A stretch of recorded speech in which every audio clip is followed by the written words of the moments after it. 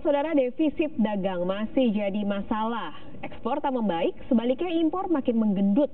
Isu perang dagang dan proteksionisme pun makin mengancam keberlangsungan sektor ekspor Indonesia. Virus perang dagang yang dimulai Amerika Serikat dan Tiongkok mulai menular ke negara lain. Hal ini mulai dirasakan pengusaha Indonesia, terutama di sektor ekspor. Pengusaha berharap iklim perdagangan tak kondusif ini bisa diredam pemerintah, misalnya melalui perjanjian perdagangan seperti Free Trade Agreement (FTA). Hingga November 2018, pemerintah baru menandatangani 7 FTA. Pengusaha nilai pemerintah seharusnya lebih agresif lagi. Kita dalam negeri ini harus sadar sebenarnya bahwa tadi yang disampaikan Pak Benny, daya saing. Oleh sebab itu kalau menurut saya harus dua sisi. Satu, kita memperkuat industri dalam negeri untuk mengekspor produk-produk bernilai tambah. Ya. Yang kedua, strategi menyerang. Kementerian Perdagangan pun mengklaim sudah melakukan strategi untuk mendorong ekspor.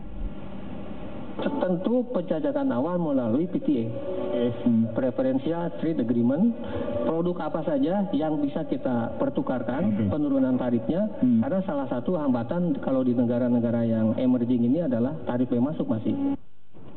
Ekonom berpendapat, pemerintah dan pengusaha seharusnya sekarang sudah mulai bergerak lebih maju dengan mengedepankan ekspor jasa. Namun menekan impor tetap menjadi prioritas, terutama kalau Indonesia mau memperbaiki defisit transaksi yang berjalan makin dalam. Impor naiknya 20%, ekspornya naik 7%. Nah ini yang selalu saya katakan, siapa sih yang keladi peningkatan impor? Ya Pak Enggar, yang menciptakan jalan tol, mempermudah impor, semua naik meningkat luar biasa gitu. Jadi udah saya katakan kok, tapi nggak dipecat-pecat sama Pak Jokowi gitu. Jadi penyebabnya tuh impor yang besar gitu. Ekspor masih naik sampai tahun depan, teman-teman ekspornya masih naik 7%, tapi mengapa impor naik 20%? Kan tidak ada peristiwa istimewa. Berdasarkan data BPS, dalam 3 bulan terakhir, neraca dagang baru sekali mencatatkan surplus, yaitu bulan Februari kemarin sebesar 329,5 juta dolar Amerika Serikat.